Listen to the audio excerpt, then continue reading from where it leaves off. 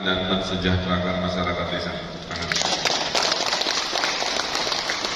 Pak Irawadi selaku Ketua Umum Asosiasi Kades seluruh Indonesia atau AKSI tadi ke depan, Pak Tahril Ketua Umum PPDI, Pak Dadang Hollywoodin, Kompak Desi, beserta seluruh jajaran. Hadir saya bersama asisten satu Pak Deddy Sopandi, bersama datang Bapak Bupati Tanah Datar jauh-jauh ke Bandung. Beliau adalah alumni Unpad sekolahnya di Bandung. Rindu Batagor, dan mungkin ada mantannya di sini. Bapak Ibu yang saya hormati, saya selalu bilang ke Kang Ferry, barang siapa berani-berani bikin acara di Gedung Merdeka, maka harus menunjukkan keluarbiasaan dalam perjuangannya.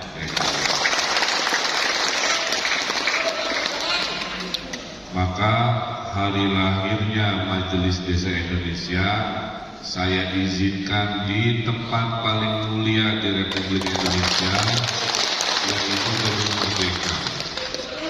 Tempat ini Bapak Ibu tidak hanya mulia di dalam pandangan orang Indonesia, tapi dianggap sangat mulia oleh seluruh negara-negara Asia Afrika. Masya Allah, tabarakallah. Tahun 55 di kursi yang sama, ini kursinya saya ganti, cuma direnovasi aja, tapi kayunya sama. Jadi Bapak Ibu duduk di kursi para pejuang-pejuang yang melawan ketidakadilan di tahun 1955. Kursinya masih sama. Masya Allah. Disinilah diteriakkan perjuangan melawan ketidakadilan. Disinilah dikomitmenkan, dideklarasikan dasar sila Bandung untuk melawan kolonialisme, melawan penjajahan di zaman kakek kita, di zaman orang tua kita. Hasilnya, kemanapun kita pergi sebagai pejabat negara, saya selalu diapresiasi karena mereka tahu negeri ini sangat luar biasa. Saya datang ke Aljazair, lagi diskusi tentang program ekonomi, tiba-tiba Pak Gubernur Aljazair bilang, Pak Ridwan, jangan pulang dulu. Kami rakyat Aljazair ingin ada patung Bung Karno di negara kami. Masya Allah, tabarakallah. Pak Ridwan Kamil cari lokasi di kota kami, pilih jadi sebuah tempat untuk menghormati. Coba bangsa lain aja menghargai pendiri bangsa ini karena pesannya sama, tidak pernah berhenti kita berjuang untuk namanya melawan ketidakadilan. Hasilnya mas, ya suatu hari entah kapan kalau Bapak ada rezeki ke sebuah negara namanya Aljazair, akan ada monumen Bung Karno yang saya desain, saya gambar dan abadi ada di sana. Putusannya pernah ke sini tahun 55. Karena tahun 55 Aljazair ini belum merdeka, saya ngomong dulu ya. Gara-gara ikutan seperti ini ibaratnya ya, terinspirasi oleh pidatonya Bung Karno sendiri, pulang ke kampungnya dia teriak-teriak berjuang ke Aljazair, mengumpulkan para pejuangnya, akhirnya melawan penjajahan Perancis. Dan sekian tahun kemudian pejuang yang datang ke gedung ini menjadi bapak pendiri bangsa Aljazair. Itu hebatnya. Jadi saya minta, ini bukan hotel biasa tempat kita bikin seminar, bikin acara. Ini marwahnya, marwah dunia. Maka pulang dari sini, semua yang datang jauh-jauh ke sini, pulang harus terpatri semangat berjuang.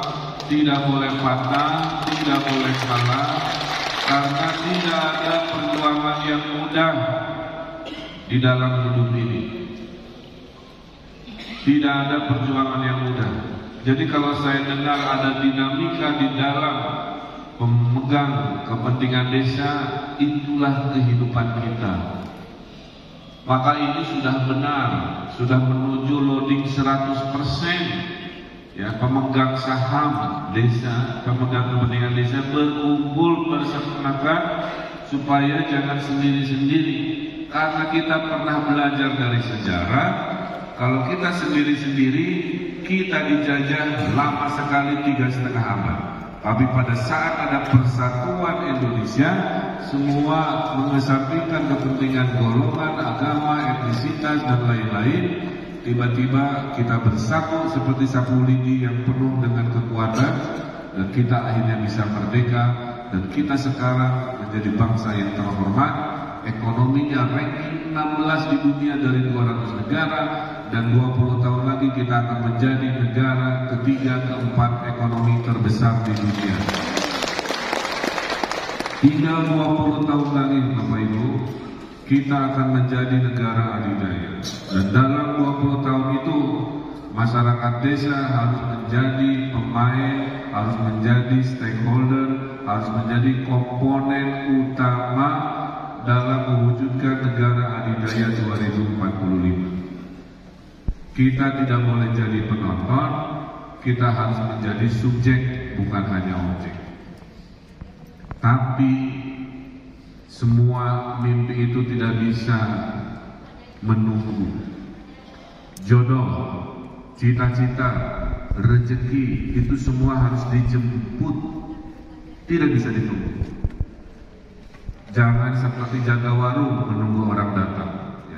Tapi kita harus ekonomi ketok pintu, mendatangi sumber-sumber rezeki, mendatangi sumber-sumber yang menjadi cita-cita kita. Saya adalah individu, anak bangsa, pemimpin yang mencintai desa. Saya bukan tipe pemimpin yang banyak berteori. Saya lakukan. Di akhir jabatan saya ini, saya sampaikan kecintaan saya kepada desa. Yang pertama, saya konsepkan namanya Gerbang Desa, Gerakan Membangun Desa. Jumlah pembangunannya sangat komprehensif. Dari urusan ekonomi, kita ada desa digital, kita sudah melahirkan selama 5 tahun lebih dari 3.000 perusahaan di desa-desa di Jawa Barat.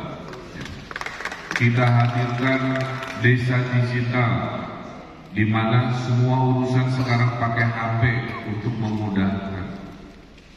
Kita hadirkan yang namanya petani milenial pertama di Indonesia. 6.000 anak muda kota berhasil saya kembalikan ke desa. Dibantu teknologi, saya pinjamkan tanahnya, saya pinjamkan modalnya, saya beli produknya, sehingga mereka sekarang menjadi duta masa depan desa. Tinggal di desa, rezeki kota, bisnisnya mendunia. Selama ini mereka udah nggak mau balik ke desa, balik ke kota. Maka saya sebagai gubernur diberikan Allah takdir membawa perubahan. Saya lakukan yang namanya regenerasi petani. Yang saya lakukan adalah meningkatkan kesejahteraan melalui teknologi. Di sebuah pesantren di Jawa Barat, ya, mereka sekarang makmur, Pak, tidak pernah minta proposal lagi, karena sudah punya supermarket online, mengumpulkan semua komoditas desa dijual secara online. Saat Covid yang lain terpuruk, pesantren di Ciwidey ini dia menjadi juara. Jadi percontohan nasional, didatangi oleh segala rupa dari menteri sampai wakil presiden datang ke sana. Di masa depan desa-desa memberi makan ikan, cukup pegang dan pijit HP. Memberi makan ayam, cukup pegang pijit HP. Di Jawa Barat ayam punya apartemen. Saya sebut apartemen ayam, tingginya 6 lantai, HP-nya dipijit, makanannya bergerak sendiri ke 6 lantai. Lahan kecil, jumlah ayamnya banyak, tidak usah keringat terlalu besar dan lain sebagainya. Mencari ikan di laut, kita sudah pakai aplikasi Bapak Ibu di sini. Tiap pagi aplikasi melaporkan ikan sedang musyawarah ikan Indonesia dikirim. Jadi tidak usah lagi lihat-lihat pakai mata, tapi cukup dengan koordinat dilaporkan di sana. Naiklah 2-3 kali yang namanya catchment atau tangkapan ikan. Saya ingat pada Pancasila. Sila pertamanya ketuhanan yang Maha Esa. Maka di Jawa Barat, desa-desanya tidak hanya urusan perut yang kita urus, tidak hanya urusan infrastruktur. Di desa-desa di Jawa Barat kami hadirkan juga semangat sila pertama. Dalam 5 tahun kepemimpinan kami, 100% sekarang desa di Jawa Barat punya penghafal 30 juz karena ada program satu desa satu hafiz Quran. Kami biayai miliaran rupiah melatih generasi baru supaya dekat dengan Quran sehingga mereka menjadi yang namanya insan juara lahir batin. Itu desa-desa Jawa Barat. Digitalnya juara. Desa digital kami Pak Heri menjuarai inovasi terbaik di Asia Pasifik untuk desa digital. Provinsi satu-satunya di Indonesia yang menambahi anggaran desa adalah Provinsi Jawa Barat. Biasanya dana desa hanya ada dari kementerian dan bupati, tapi di Jawa Barat 3,5 triliun kami gelontorkan untuk meningkatkan yang namanya ekonomi desa, meningkatkan kesejahteraan, dan sebagian digunakan dananya untuk operasional insan-insan yang ada di BPD dan lain sebagainya. Jadi, saya di sini sebagai anak bangsa, pemimpin yang mencintai desa, yang saya pidatokan mudah sekali diucapkan karena sudah teruji dan sudah dilakukan. Dan mudah-mudahan kalau takdirnya ada, semua kebaikan-kebaikan ini bisa merata meluas seluruh Nusantara sehingga jadilah Indonesia negeri desa. Allahu Akbar, Allahu Akbar. Sudah saya praktekkan di sebuah wilayah yang namanya Jawa Barat, tinggal dipraktekkan di Pulau Sumatera, di Kalimantan, di Maluku, di mana-mana. Saya yakin hanya butuh takdir dan teman-teman yang sepaham untuk memperjuangkan masa depan Indonesia bukan di kota, masa depan Indonesia ada di desa-desa kita yang lain. Dan ini hasilnya.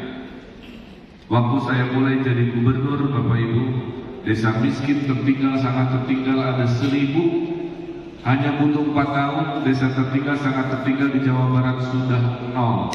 Saya proklamasi tidak ada lagi desa miskin tertinggal, sangat tertinggal di tanah Jawa Barat dalam waktu hanya 4 tahun. Ya Allah, begitu baik engkau. Desa mandiri bintang 5-nya. Saya diwarisi hanya 30-an desa. Tapi cukup dalam waktu 4-5 tahun dengan konsep gerbang desa tadi, naiklah jumlah desa mandiri dari hanya 30-an menjadi 1.800-an desa mandiri. Masya Allah.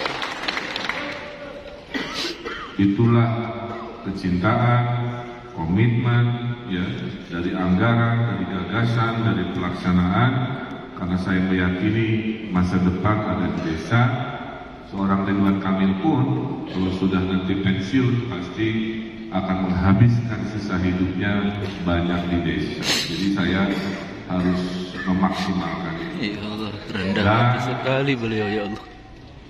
Desa yang meraih desa bintang 5 atau mandiri, saya kasih hadiah berupa mobil Pak Bupati, namanya mobil Maskara. Masya Allah, tabarakallah. Mobilnya multifungsi, dipakai ngangkut orang bisa, ngangkut barang desa bisa, jadi pesta dangdutan bisa, jadi nonton bola bisa karena ada layar dan proyektor yang saya tambahkan di mobil itu. Yang paling istimewa oleh warga desa, saking istimewanya mobil ini, Ketimbang mereka akan nikah di masjid, mereka pengennya akan nikah di mobil Pak Gubernur. Saya bilang kan ada masjid, Pak, ini spesial. Dalam sejarah kami ingin akan nikahnya di atas mobil masker. Sebegitu cintanya masyarakat desa Jawa Barat terhadap inovasi-inovasi di Jawa. Nah, kembali ke urusan kita di hari ini. Permasalahan kita hari ini, tapi semua ini butuh perjuangan juga, setuju ya? Karena tahun depan 2024 akan ada ratusan pemimpin yang dipilih, akan ada ribuan perwakilan yang akan dipilih. Saya hanya berdoa, ya Allah, mudah-mudahan Engkau menakdirkan orang-orang yang nanti terpilih adalah orang-orang yang punya kapasitas, orang yang punya amanah, orang yang mencintai rakyat, orang yang punya solusi, orang yang mengedepankan kepentingan masyarakat melebihi kepentingan diri dan golongan. Itu doa. Oleh karena itu, kesempatannya sangat pendek, waktu tinggal setahun lagi. Mari perkuat fisiknya, ya, perkuat mentalnya, perkuat kekompakannya. Jangan tergoda oleh godaan jangka pendek. Ini Majelis Desa Indonesia umurnya harus panjang. Amin. Insya Allah ini akan jadi catatan sejarah. Ya. Di tanggal berapa? Di tanggal 10 Agustus di Gedung Merdeka, gedung termulia di negara Asia Afrika, Majelis Desa Indonesia diproklamasikan untuk memperjuangkan kepentingan rakyat desa Indonesia. Allahu Akbar. Selamat berjuang, ya, selamat bekerja keras, selamat bekerja cerdas, selamat bekerja tuntas, selamat bekerja berkualitas. Karena dengan cara-cara itulah, insya Allah hasil tidak akan membohongi proses. Jangan lupa tetap tawakal. Amin. Tawakal itu setengahnya ikhtiar, setengahnya berdoa, memohon perlindungan Tuhan atas perjuangan yang luar biasa ini. Itu saja yang bisa saya sampaikan. Tetap semangat, kurang lebihnya saya mohon maaf. Billahi taufiq wa hidayah. Wassalamualaikum warahmatullahi wabarakatuh. Waalaikumsalam. Waalaikumsalam warahmatullahi wabarakatuh. Baik, beri aplaus sekali lagi.